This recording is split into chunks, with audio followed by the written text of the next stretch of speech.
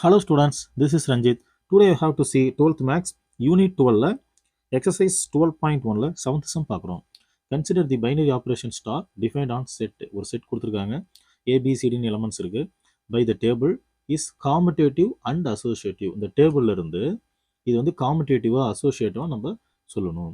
Okay பாருங்க, from the டேபிள்ல இருந்து இது காமிட்டேட்டிவ் அப்படின்னு நம்ம எடுத்து நம்ம ப்ரூவ் பண்ண போறோம். ஸோ காமிட்டேட்டிவ்னா என்ன? ரெண்டு எலமெண்ட்டை மல்டிப்ளை பண்ணோம்னா அதோடைய ஆப்போசிட்டை எடுத்து மல்டிப்ளை பண்ணாலும் சேமாக வரணும், அதுதான் காம்படேட்டிவ். ஃபார் எக்ஸாம்பிள் நானா ஒன்று எடுக்கிறேன். இங்கே பாருங்க, பி ஸ்டார் சி நான் எடுத்துக்கிறேன். பி ஸ்டார் சி வேல்யூ பாருங்க பி. அப்போ அதனுடைய opposite value C star B. C star B என்ன வருதுன்னு பார்ப்போம். சி ஸ்டார் பி பாருங்க டின்னு வருது. ஸோ இது வந்து பின்னு வருது, இதனோட வேல்யூ சி டின்னு வருது. ஸோ காம்படேட்டிவ்னா என்ன? போத் சைட்ஸ் ஆர் ஈக்குவல், ரெண்டு சைடு ஈக்குவலாக இருக்கும். தற்போது இங்கே B star C C star B not equal to. So இது ரெண்டும் எப்படி இருக்கு? நாட் ஈக்குவல்ட்டாக இருக்கு. நாட் ஈக்குவல்ட்டாக இருக்கிறதால ஸ்டார் இஸ்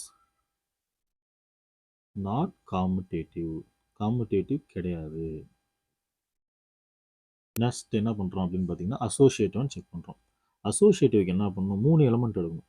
ஸோ நானாக எடுத்துக்கிறேன் A star of B star C. பாருங்க, ஃபஸ்ட்டு ஏ அப்படியே வச்சுக்கிறோம். ஸ்டார் பி ஸ்டார் சி இப்போ தான் பார்த்தோம். பி ஸ்டார் சின்றது பின்னு.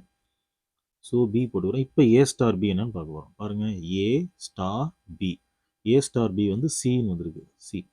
நெக்ஸ்ட் என்ன பண்ணுறோம் அப்படின்னு பார்த்தீங்கன்னா மாற்றி போடுறோம். ஸோ ஏ ஸ்டார் பின்றது சின்னு வந்திருக்கு, சின்னு எடுத்துக்கிறோம். ஸ்டார் இந்த சி அப்படியே போட்டுக்கிறோம். புரியுதா பாருங்கள், இதனோட வேல்யூ சி இங்கே இருக்கிறதால. ஸோ ஆல்ரெடி இருக்கிற சி.